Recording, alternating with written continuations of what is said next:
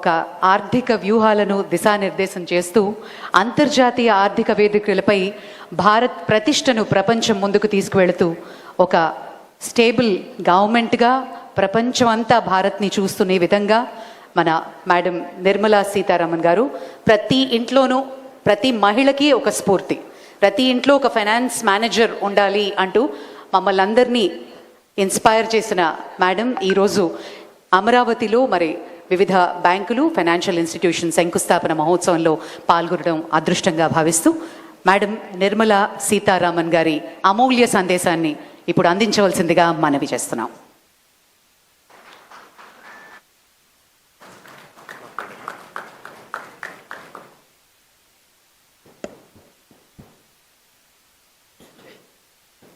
అందరికీ నమస్కారం. Respected chief minister, Deputy Chief Minister Pavan Kalyan garu,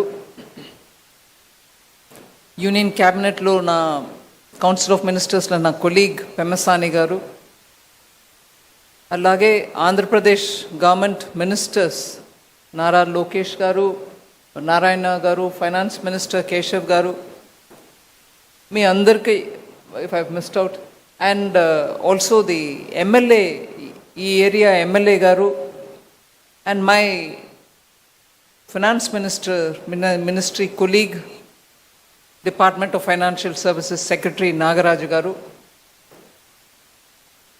మీ అందరికీ నమస్కారాలు. I'm very happy today because a new capital is getting built. Andhra Pradesh మళ్ళీ క్యాపిటల్ని restart చేయడం అనేది ఒక పెద్ద బ్రహ్మజ్ఞం లాంటిది. అది మొదలుపెట్టారు చీఫ్ మినిస్టర్ గారు, and prime minister also came to support it.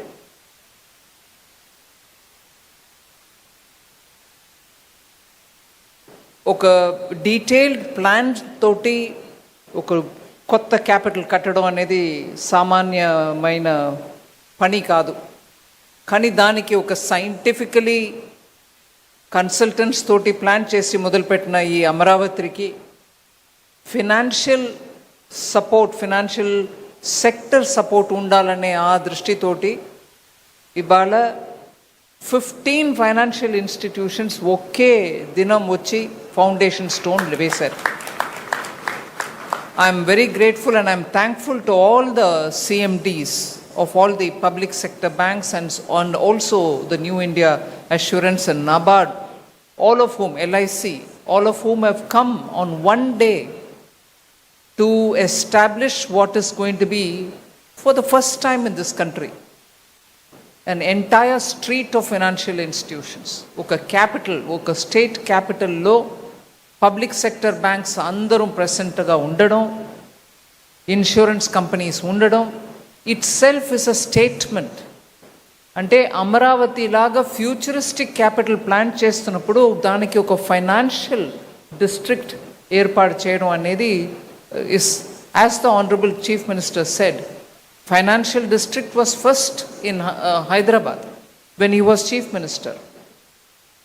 అప్పుడు ఎన్నో కార్యక్రమాలు చేసి అవి ఇవాళ ఫుల్ ఫోర్స్లో ఫలితం ఇచ్చే ఆ స్టేజ్లో మళ్ళీ వారికే ఆ బాధ్యత వచ్చింది. అట్లాంటిది ఇంకొకటి ఇక్కడ అమరావతిలో క్రియేట్ చేయమని,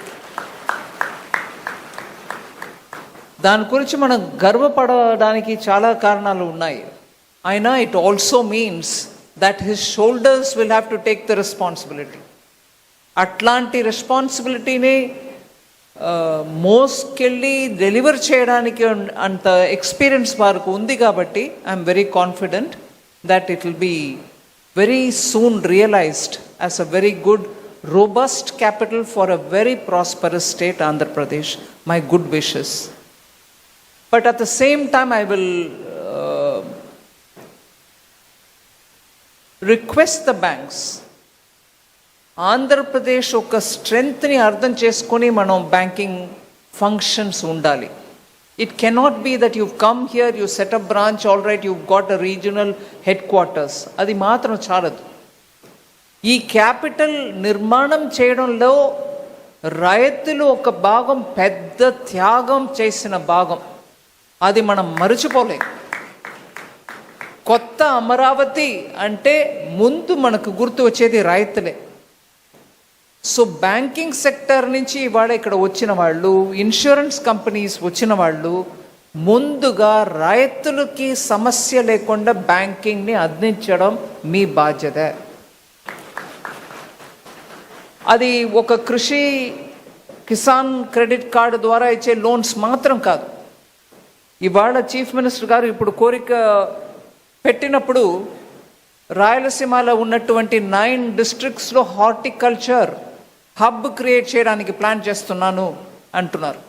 అది ఆ 9 డిస్ట్రిక్ట్కి పరిమితం అవ్వదు, దాని ఇంపాక్ట్ అన్ని డిస్ట్రిక్ట్స్లో ఉంటాయి. So banks will have to think a fresh.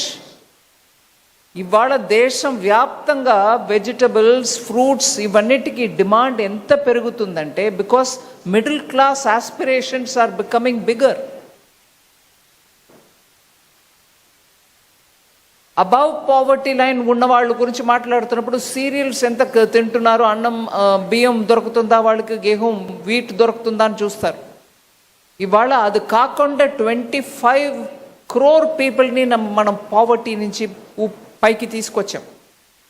అట్లాంటి మిడిల్ క్లాస్ లేయర్ వాళ్ళ ఇంట్లో పిల్లలకి మంచి పోషకమైన పదార్థాలు చేసి వాళ్ళు ఫీడ్ చేయాలని అనుకున్నప్పుడు ఫ్రూట్స్ అండ్ వెజిటబుల్స్ దాంట్లో పెద్ద రోల్ ప్లే చేస్తాయి.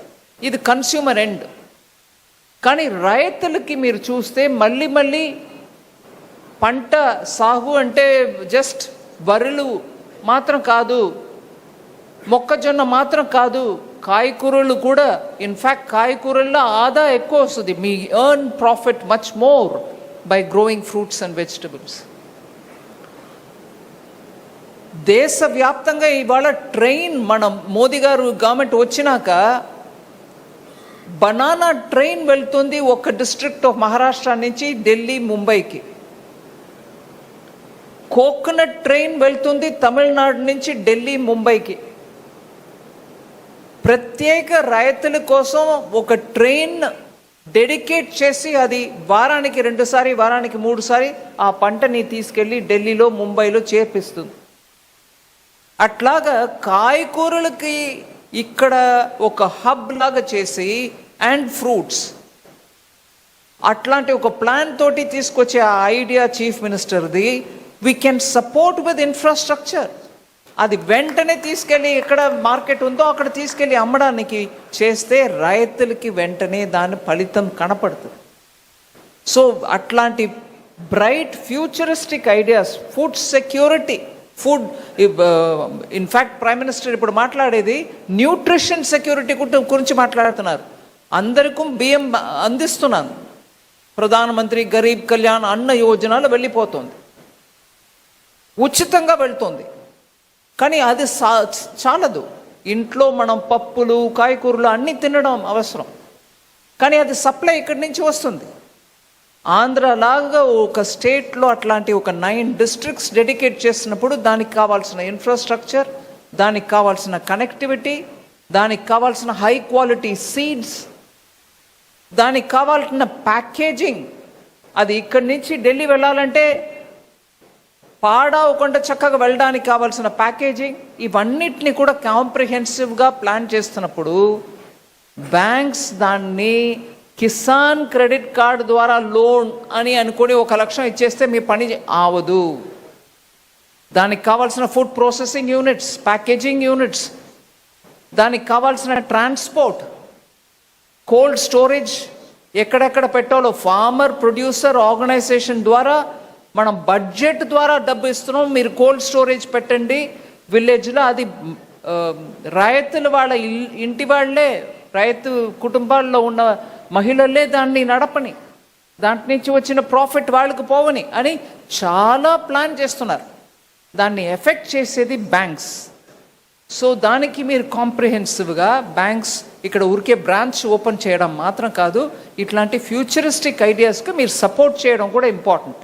యాజ్ బిజినెస్ ప్రాస్పెక్ట్స్ మీ కమర్షియల్ డిసిషన్ మీరు తీసుకోండి, కానీ ఇట్లాంటివి ప్లాన్ చేస్తున్నారు అంటే మీరు దానికి అండదండగా ఉండడం చాలా ముఖ్యం. అలాగే ఐ వుడ్ థింక్ ఇన్సూరెన్స్ ఒక 2 years క్రితం ప్రధానమంత్రి గారు హర్యానా నుంచి లాంచ్ చేశారు బీమా సఖి ఎల్ఐసికి ఇన్సూరెన్స్ కంపెనీ అన్నిటికీ మహిళల్ని ఏజెంట్గా గ్రామానికి పంపించి ఇన్సూరెన్స్ని ఇంకా ఎక్కువ కవరేజ్ ఇవ్వడానికి.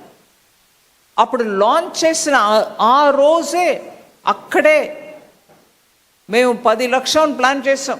అక్కడికక్కడే ఒక 3 లక్షల మంది జాయిన్ అయినారు. 1 సంవత్సరం లోపల దాని రిజల్ట్ అద్భుతం.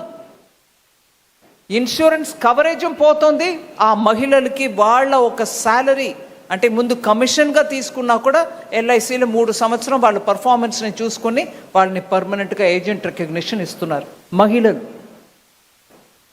సో ఎన్నో ఇట్లా బ్యాంక్ అండ్ ఇన్సూరెన్స్ కంపెనీస్ ఇక్కడ రావడం వల్ల ఎన్నో ఇమ్మీడియట్ బెనిఫిట్స్ మనకు ఉన్నాయి. దాన్ని పూర్తిగా మన ఈ రాష్ట్రానికి అమరావతికి అర్పించి ఈ స్టేట్ని బాగు చేయడానికి ముందుకు తీసుకెళ్ళడానికి ప్రయత్నం చేయడం ముఖ్యం. దాంట్లో నేను ప్రధానమంత్రి గారికి నేను మాటికి థ్యాంక్ యూ చెప్పడానికి ఐఎమ్ డ్యూటీ బౌండ్. ఎప్పుడు ఆంధ్రప్రదేశ్ విషయం గురించి నేను వారి దగ్గర మాట్లాడటానికి వెళ్తే వెంటనే రెస్పాన్స్ చేస్తారు. ఏ ఒక్క ప్రాంతం కూడా మనం వెనకపడడానికి వదలకూడదు, నువ్వు క్లియర్గా ప్లాన్ చేయి. మళ్ళీ ఆంధ్ర విభజనం తర్వాత ముందుకు ఫాస్ట్గా వెళ్ళవలసిన స్టేట్, దానికి ఎంత సపోర్ట్ చేయాలో చెయ్యండి అని నాకు క్లియర్గా గైడెన్స్ ఇస్తారు. కాబట్టి నేను బడ్జెట్లో ఏదో ప్రయత్నం చేస్తున్నాను. అందువల్ల చాలా ముఖ్యమైన డెవలప్మెంట్స్ చాలా జరుగుతుంది. కానీ నేను ముఖ్యంగా ఒక విషయం చెప్పదలుచుకున్నాను. సీఎం గారు క్వాంటమ్ హబ్ అలాగే ఏఐ కోసం చాలా ఇక్కడ డిస్ట్రిక్ట్గా ఐటీఐస్కి బడ్జెట్ కేంద్ర బడ్జెట్ ద్వారా డబ్బు వస్తుంది. అక్కడ డిస్ట్రిక్ట్ లెవెల్లో ఉన్న ఐటీఐస్ని ఏఐ ట్రైనింగ్ సెంటర్గా మార్చడానికి బడ్జెట్లో అనౌన్స్ చేసాం. అది కూడా సీఎం గారు ఒక 2 districtsలో పైలట్ టెస్ట్ చేయవచ్చు. అక్కడ మన యువకులు వచ్చి ఏఐ ట్రైనింగ్ పొందుకుంటే వాళ్ళకి వెంటనే ఇండస్ట్రీలో ఇవాళ ఉద్యోగం రావడానికి ఆస్కారం ఉంది అని ఆ స్కీమ్ని కూడా ఇంప్లిమెంట్ చేస్తున్నారు. నిన్న సందర్భంగా మాట్లాడుతున్నప్పుడు టెక్నాలజీ, ఐటీ ఇవన్నిటికీ మనం సైన్స్, ఇది క్వాంటమ్, ఏఐ ఇవన్నిటిలో చాలా ముందుకు వెళ్తున్నాం. కానీ కోర్ సైన్సెస్లో కాన్సన్ట్రేషన్ ఉందా అని లోకేష్ గారు అడిగారు. దానికి కూడా ఇక్కడ జవాబు ఉంది అని చెప్పడానికి వస్తున్నా. సీఎం గారి దగ్గర ఆ మాట ఒక రెఫరెన్స్ చెప్పాను. స్కూల్ పిల్లల టైం నుంచి ఆస్ట్రోఫిజిక్స్, మనం స్టార్స్, ప్లానెట్స్ గురించి, ఆకాశం గురించి మాట్లాడుతాం. నాకు బాగా గుర్తు, మా ఫ్యామిలీలో 3-4 జనరేషన్స్ మెమరీలో చెప్పేది. ఒకప్పుడు బెనారస్కి వెళ్ళి సైన్స్ చదవాలని ఉండేది. మా గ్రాండ్ ఫాదర్ టైంలో నాకు చాలామంది ఆ జనరేషన్ గురించి మాట్లాడుతున్నప్పుడు చెప్పేవారు. ఆంధ్ర నుంచి ప్రెసెంట్స్ బెనారస్ హిందూ యూనివర్సిటీలో ఎప్పుడూ డామినెంట్గా ఉంటుంది. అప్పుడు ఎక్కువ యూనివర్సిటీస్ లేనప్పుడు ఏ సబ్జెక్ట్స్లో ఉంటాయి? సైన్సెస్లో ఉంటాయి. ఆంధ్ర సైన్సెస్కి పేరెత్తిన ఒక ప్రాంతం. ఇప్పుడు ఐటీలో చాలా కాన్సన్ట్రేషన్ పోతుంది. బట్ ప్యూర్ సైన్సెస్లో కెమిస్ట్రీ, ఫిజిక్స్లో ఎంతమంది ఇక్కడి నుంచి పేరు పొందిన వాళ్ళు లేరు. గ్రేట్ కాంట్రిబ్యూషన్స్ చేశారు. అందువల్ల క్వాంటమ్, ఏఐ ఇవన్నీ కూడా పెరగడం ఒక ఎత్తు. ప్యూర్ సైన్సెస్కు కూడా మనం కాన్సన్ట్రేషన్ ఇవ్వాలి. దాంట్లో ముందు వచ్చి సీఎం గారు astrophysics, Indian institute of astrophysics తోటి ఒక MOU సైన్ చేశారంటే ఐఎమ్ వెరీ ఇంప్రెస్డ్. అండ్ దానికి ఇండియన్ ఇన్స్టిట్యూట్ ఆఫ్ ఆస్ట్రోఫిజిక్స్లో సింప్లీ సూపర్ పని చేసే డాక్టర్ అన్నపూర్ణి గారే వచ్చి MOU ఇక్కడ ఎక్స్చేంజ్ చేశారంటే దానికంటే హైయెస్ట్ ఎక్స్పెక్టేషన్ మనం చేయలేము.